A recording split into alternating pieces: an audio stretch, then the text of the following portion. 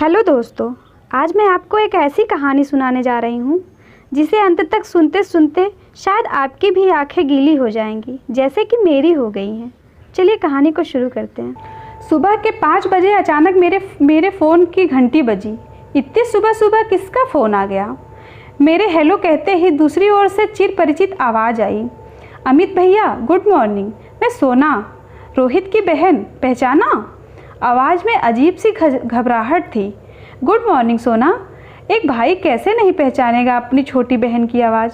शहर में नहीं हूँ इसका मतलब ये नहीं कि रिश्ता भूल गया। इतनी सुबह सुबह सब कुशल तो है ना?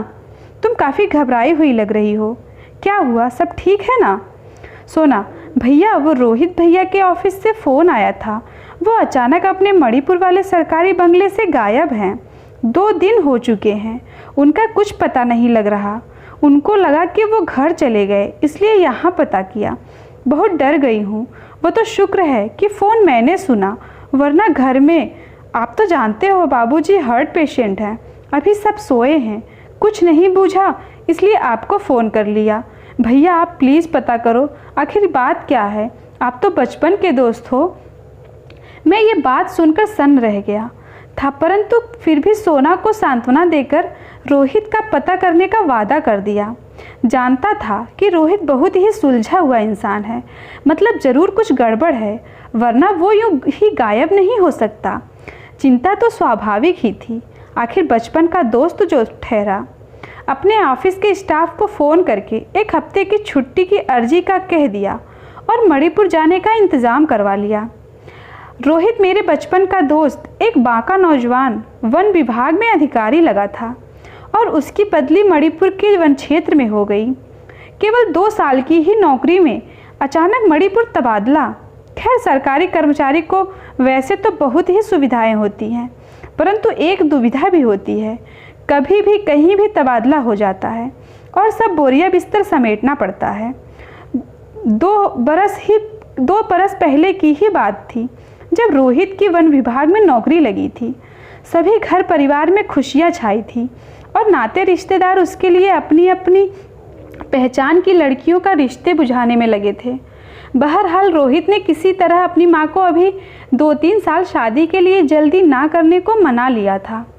रोहित का इलाहाबाद से तबादला मणिपुर के घने वन क्षेत्र में हो गया था। मणिपुर बेहद ही मनोरम स्थान है और वहाँ की प्राकृतिक सुंदरता के तो क्या कहने। हरे भरे जंगल, नाना प्रकार की वनस्पतियों से भरे, अद्भुत छटा बिखेरते झरने और भोले भाले सीधे लोग। रोहित को सरकारी बंगला मिला था, रहने को जो देखने में बेहद खूबसूरत था, और उसके ठीक पीछे थी एक मनोरम झील। बंगले की देखरेख के लिए रामू काका थे, जो चौकीदार भी थे और खानसामा भी, और कभी कभी ज़रूरत पड़े तो ड्राइवर। कुल मिलाकर मल्टीटास्क स्टाफ, जो अक्सर सरकारी महकमों में होता है, खासकर चतुर्थ श्रेणी में। सोना की बातों से मुझे भी कुछ परेशानी तो हुई थी, मगर इतना ज़रूर था कि रोहित जहाँ भी होगा सुरक्षित ही होगा। आखिर मेरा बचपन का दोस्त जो ठहरा, और उसको मुझसे ज़्यादा कौन जानता होगा। दूसरे दिन ही मैं रोहित के मणिपुर वाले बंगले पर था। एक वकील होने के कारण जांच पड़ताल करने की सभी आवश्यक अनुमति पहले ही लेकर पहुंचा था, और सोना ने रामू काका यानी कि बंगले के मौजूद सरकारी का टेलीफोन नंबर भी मुझे दे दिया था। रामू काका ने सौहार्दपूर्ण मेरे रहने और खाने पीने का इंतजाम पास ही कर छोड़ा था। एक बात तो सचमुच लाजवाब थी, मौसम के साथ साथ वहाँ की प्राकृतिक छटा उस क्षेत्र को बेहद मनोरम बना रही थी। मेरे पहुँचते ही रामू काका ने गर्मा गर्म पकौड़े से मेरा स्वागत किया। भूख तो लगी ही थी, ऊपर से उस भीनी ठंड में गर्मा गर्म पकौड़े। सच कहूँ तो सफ़र की सारी थकान उतर चुकी थी। रामू काका से आसपास के क्षेत्र का जायजा लिया और बंगला दिखाने को बोला जहाँ रोहित रह रहा था। पाश्चात्य वास्तुकला का एक बेजोड़ नमूना था वो बंगला। वास्तव में बहुत खूबसूरत था, और उसके पीछे की झील तो सचमुच बेहद शानदार लग रही थी। दूर से देखने पर तो यूँ लगता मानो बंगला झील पर ही तैर रहा हो। बंगले के अंदर काफ़ी साज सज्जा थी। बहुत सी खाले और जानवरों के सर टंगे थे। जो काफ़ी पुराने लग रहे थे। अंदर से घुमावदार सीढ़ियाँ दूसरे महले को जा रही थी और हॉल में पीछे की ओर एक बड़ा सा पर्दा लगा था, जिस पर उसी बंगले का झील पर तैरते जैसे खूबसूरत कढ़ाई के बना चित्र था, जो एकदम जीवंत लग रहा था। मैंने वो पर्दा हटाया तो उसके ठीक पीछे वही झील थी, बेहद शांत, खूबसूरत, मनोहारी, जिसे देखकर मैं ठिठक गया। यूँ लगा मानो वहाँ कुछ है, बेहद करीबी, कुछ खास, और ना जाने क्यों आँखों में दर्द बहाया। एक अजीब सा अनुभव हो रहा था कि तभी रामू काका ने मुझे पुकारा, अमित बाबू, अमित बाबू, झील को यूँ एकटक ना देखिए, आपको काबू कर लेगी वो झील। चांद की महबूबा की झील है, और जितनी खूबसूरत वो झील है, यहाँ के बड़े बुजुर्ग कहते हैं कि उससे भी ज़्यादा एक अप्सरा सी खूबसूरत है चांद की महबूबा, और उससे भी खतरनाक है उसे देखना। कहते हैं जो उसे एक बार देख ले, फिर उस देखने वाले को दुनिया में कोई नहीं देखता। वो चांद की महबूबा उसे चांद में बदल देती है, और कुछ कहते हैं कि चांद अपनी महबूबा को देखने वाले को निगल जाता है। इतना कहकर रामू काका खामोश और उदास हो गए। शायद वो कुछ और भी कहना चाहते थे, मगर न जाने क्यों चुप थे। रामू काका कहाँ खो गए?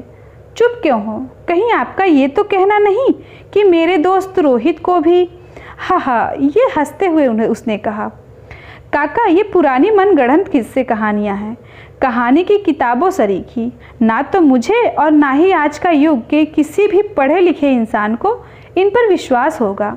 वैसे मुझे भी दिखाओ वो चांद की महबूबा, कहाँ रहती है वो? घर कहाँ है उसका?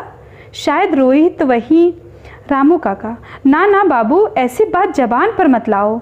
दुआ करो कि रोहित साहब सकुशल हो जहाँ भी हो, मगर वहाँ नहीं जहाँ आप कह रहे हो।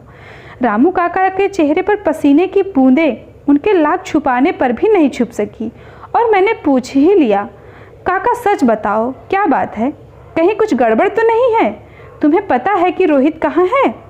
ना बाबू, हमें तो सिर्फ इतना ही पता है कि हमने यही सब से रोहित साहब को भी चिताया था, और वो भी हंसने लगे थे, और पिछली अमावस को ही उन्हें खाना देने के बाद कहा था कि साहब इस पर्दे को रोज़ की तरह आज मत हटाना।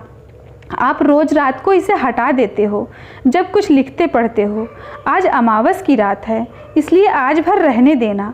कहते हैं वो चांद की महबूबा अमावस को ही झील से बाहर आती है अपने चांद के साथ। इस पर साहब हंसने लगे और बोले, काका ये सब बेकार की बातें हैं, मैं नहीं मानता। वैसे भी अमावस की रात चांद नहीं निकलता, तो उसकी महबूबा उसे कहाँ से लेकर आएगी? मगर फिर भी अगर तुम कहते हो तो ठीक है, नहीं हटाऊंगा। फिर क्या हुआ काका? मैंने थोड़ा परेशान होकर पूछा। बाबू, फिर हम अपने घर आ गए और सो गए। अगली सुबह जब चाय नाश्ता लाए तो रोहित साहब नहीं मिले, और उनकी ये डायरी और कलम यही टेबल पर फड़फड़ा रही थी जैसे अब फड़फड़ाने लगी है। मुझे यकायक याद आया, रोहित को डायरी लिखने की आदत थी, और वो रोज़ सोने से पहले सारे दिन की दिनचर्या की खास बातें लिखता था। और अचानक उस डायरी का यूँ फड़फड़ाना मानो मेरे लिए ही कोई संदेश था। मैंने फ़ौरन डायरी के पास पहुंच गया, और तभी अचानक डायरी का फड़फड़ाना बंद हो गया। डायरी का खाली खुला पन्ना वापस पलट गया, और जो मैंने देखा उसे देखकर एक बार तो मेरे बदन में कपकपी छा गई। पन्ने की आखिरी लाइन पर लिखा था, अद्भुत, अकल्पनीय, किसी अप्सरा से भी ज़्यादा खूबसूरत, चांद की महबूबा मुझे बुला रही है अपने पास। उस पन्ने पर लिखे वो शब्द हैरानी भरे थे, क्योंकि रोहित अपनी डायरी में वही लिखता था जो उसके साथ दिन भर में होता था, और रोहित ने उस शब्दों में चांद की महबूबा का जिक्र किया। इसका मतलब अब मुझे सच कहूँ तो चिंता हो चली है कि शायद रामू काका की बात सच हो। पर आज के विज्ञान युग में ऐसी अजीबोगरीब बातें होना काफ़ी आश्चर्यजनक था। वैसे दुनिया में बहुत सी अजीब बातें होती हैं, मगर जब उनसे सामना होता है तो कभी कभी ऐसा अनुभव होता है कि पैरों तले ज़मीन निकल जाती है। यूँ तो मुझे रामू काका की बातों ने और रोहित की डायरी ने थोड़ा डरा दिया था, मगर फिर भी हिम्मत कर मैंने काका से पूछकर डायरी रख ली। ताकि उसे पढ़कर तहकीकात में कुछ मदद मिल सके। विभागीय तहकीकात तो पहले ही शुरू हो चुकी थी, बस थोड़ा धीरे चल रही थी और अभी वहाँ तक नहीं पहुँची थी। रामू काका ने सारा बंगला दिखाया और मैंने भी इत्मीनान से एक एक चीज़ को ध्यान से देखा, मगर उस डायरी पर लिखे उन शब्दों के सिवा कुछ खास नहीं दिखा वहाँ। काका ने मुझे वापस छोड़ने वक्त हिदायत दी कि अमित बाबू, आज अमावस है, तो मेहरबानी करके आज अंधेरा होने के बाद बाहर मत निकलना, और अगर निकलना भी पड़े तो झील की ओर बिल्कुल भी नहीं जाना, वरना कुछ अनर्थ हो सकता है। इतना कह रामू काका वहाँ से चले गए। मैंने सिर हिलाकर अपनी सहमति दे दी थी और रोहित की डायरी पढ़ने लगा, जिसमें उसकी नौकरी लगने के दिन से लेकर उन शब्दों तक सब कुछ दर्ज था। मगर सबसे हैरान करने वाली बात कुछ दर्ज थी, तो वो थे उसके आखिरी 2 पन्नों पर। मेरी डायरी, रोहित, आज अमावस की रात है और रामू काका ने मुझे मना कर दिया कि आज की रात किसी भी कीमत पर झील की ओर खुलने वाली खिड़की का पर्दा नहीं हटाना और ना ही बाहर जाना। बड़ी अजीब बात थी। खैर, मुझे इन अफवाहों पर रत्ती भर भी भरोसा नहीं है। रात के 12 बजने वाले हैं और मैं खिड़की का पर्दा हटाने जा रहा हूँ। देखते हैं कैसी है चांद की महबूबा और क्या करती है मेरे साथ। मैंने पर्दा हटा दिया, पर सामने झील तो है, पर दिख कुछ भी नहीं रहा। अमावस जो है काफ़ी अंधेरा है, पर कहीं कहीं जंगल जुगनुओं की चमक दिख रही है और कहीं ना कहीं दूर कहीं से आती रोशनी की बेहद हल्की छटा है। कुल मिलाकर रूबानियत से भरा माहौल लग रहा है और मैं झील और उसके आसपास के ना दिखने वाले माहौल का आनंद लेते हुए सोच रहा हूँ कि यहाँ के लोग कितने पिछड़े हुए हैं कि आज भी ऐसी बातों पर भरोसा करते हैं। थोड़ा आलस सा हो रहा है, कॉफ़ी बना लेता हूँ। अब रात के तकरीबन 2 बजने वाले हैं और मैं यानी कि रोहित, फॉरेस्ट ऑफिसर, खिड़की के पास खड़ा अमावस की रात में झील को निहार रहा हूँ और यहाँ दूर दूर तक कोई चांद की महबूबा। अरे ये क्या! झील में अचानक हल्की सफ़ेद रोशनी की हलचल प्रतीत हो रही है। लगता है शायद कोई जानवर। ओह नो, असंभव! ये मैं क्या देख रहा हूँ? एक खूबसूरत परी जैसी लड़की झील में से बाहर निकल रही है और वो रोशनी उसी के पास से आ रही है और उसके बाहर निकलने के साथ ही बढ़ती जा रही है। और ये क्या! उसके हाथों में एक चांद जैसा सफ़ेद रंग का गोला सा है और वो रोशनी उसी गोले की है, मानो अंदर एक 400-500 वॉट का बल्ब हो। इसका मतलब यही है चांद की महबूबा, यानी कोई मनगढ़ंत और अफवाह नहीं, ये सच है। 16 आने सच। मैं अपने सामने उस बेपनाह खूबसूरत युवती को देख रहा हूँ जिसने अपने हाथों में चांद को पकड़ा है और उसे देखते हुए यूँ मंद मंद मुस्कुरा रही है, मानो सच में वो सफ़ेद गोला उसका महबूब हो। रोहित, वहाँ क्या कर रहे हो? मेरे पास आओ। यहाँ झील में तुमने मुझे और मेरे चांद को देख लिया है और अब तुम भी मेरे चांद हो, इसलिए आओ और समा जाओ मेरे इस चांद में, ताकि इसकी चांदनी और निखर जाए। उस चांद की महबूबा के ये शब्द शहद की मानित मुझे सुनाई दे रहे हैं, जैसे मेरे कानों में ही फुसफुसा रही हो। मैं जाना नहीं चाहता। काश मैंने रामू काका की बात मानी होती। काश मैंने आज पर्दा ना हटाया होता। पता नहीं आगे क्या होगा। मेरे माता पिता और बहन सोना का पता नहीं मैं बचूंगा भी कि नहीं। कहीं औरों की तरह मैं भी हमेशा के लिए गायब तो नहीं हो जाऊंगा। कोई आएगा मुझे ढूंढने? क्या मैं मिलूंगा फिर से किसी को? मेरे माता पिता और बहन क्या ढूंढने आएंगे? शायद मुझे मेरा जिगरी ढूंढने आए। उसे पता लगा तो वो ज़रूर आएगा, ढूंढ तो लेगा ना वो मुझे। मुझे खुद पर काबू नहीं हो पा रहा। पता नहीं कैसे मैं ये सब लिख पा रहा हूँ, शायद अपनी सारी ताकत संजोकर। पर मुझे जाना होगा।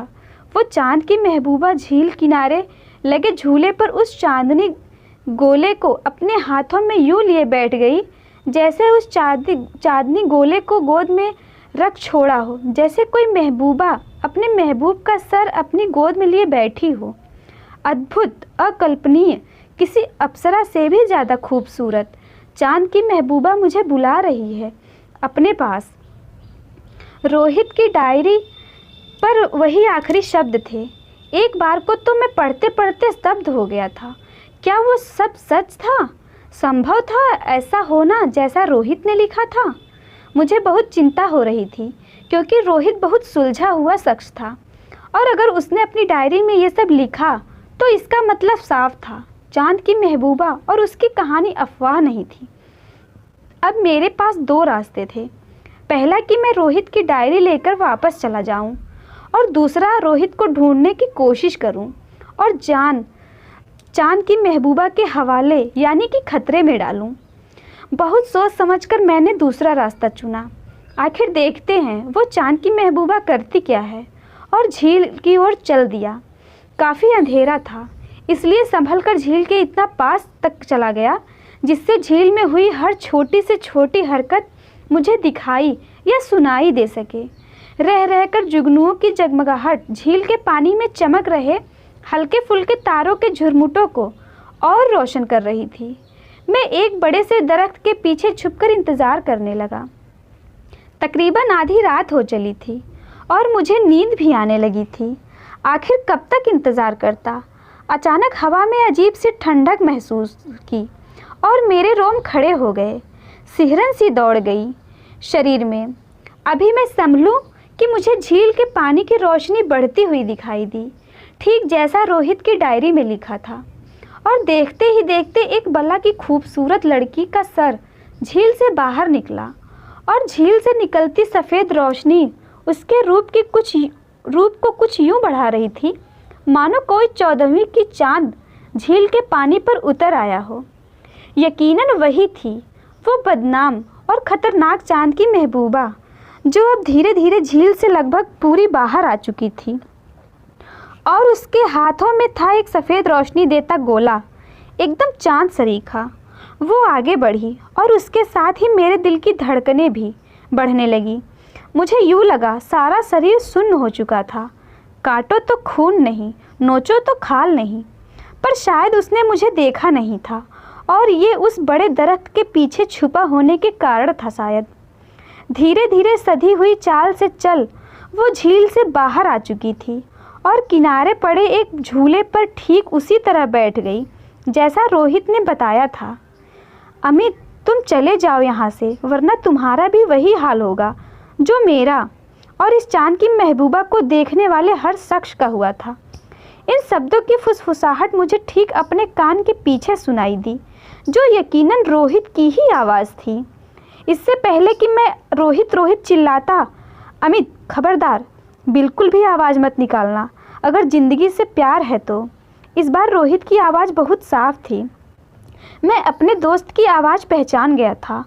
फुसफुसाहट एक बार फिर सुनाई दी, अमित मेरे यार, तुम यहाँ हो, इसका मतलब है कि मैं अब किसी को नहीं दिख रहा। यानी कि रामू काका की कहानी कोई सुनी सुनाई अफवाह नहीं, सच है। और ये भी कि तुमने मेरी डायरी पढ़ ली। इसलिए अब सिर्फ सुनो, तुम्हारे मुंह से निकला एक भी शब्द तुम्हें भी हमेशा के लिए इस दुनिया से गायब कर देगा और चांद की महबूबा की दुनिया में ले जाएगा। मेरे यार, सब कुछ सच है जो तुम देख या सुन रहे हो। वो झील किनारे झूले पर हथेली में चांद लिए बैठी खूबसूरत बला ही है चांद की महबूबा। वो जिसको भी खुद को देखते हुए देख लेती है, उसको वो अपने साथ झील की गहराइयों में ले जाती है और वहाँ उसे भी उस रोशनी वाले गोले में समाहित कर देती है। उसमें ना जाने कितने ही लोग हमेशा के लिए कैद हो चुके हैं।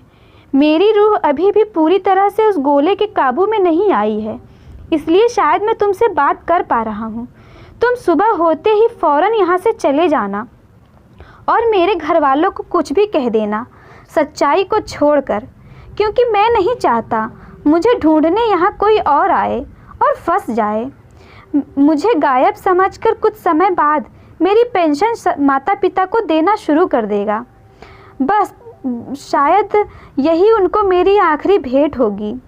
रोहित की आवाज़ में रुआसापन साफ महसूस हो रहा था। लग रहा था कोई अदृश्य बदन मुझे गले लगाना चाह रहा था। दरख्त के पीछे छुपा मैं बुरी तरह घबरा गया था और डर और घबराहट के कारण पसीने से तरबतर हो चुका था। वहीं जहाँ कुछ समय पहले ठंड से रोम खड़े हो गए थे, गले लगते ही अदृश्य बदन से मुझे रोहित होने का आभास हुआ और सब कुछ भूल मैंने भी अदृश्य एहसास को कसकर गले लगा लिया और बिना चाहे ही मेरे आंसू ने मेरी आंखों को भर दिया। वहीं कंधे पर भी गीलापन महसूस हुआ।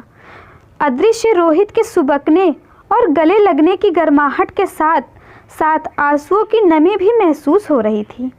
मुझे कुछ सूझ ही नहीं रहा था, बस बहुत ज़ोर ज़ोर से रोने और चिल्लाने का दिल कर रहा था, पर रोहित की हिदायतें याद कर अपनी आवाज़ को गले में ही दफन कर लिया।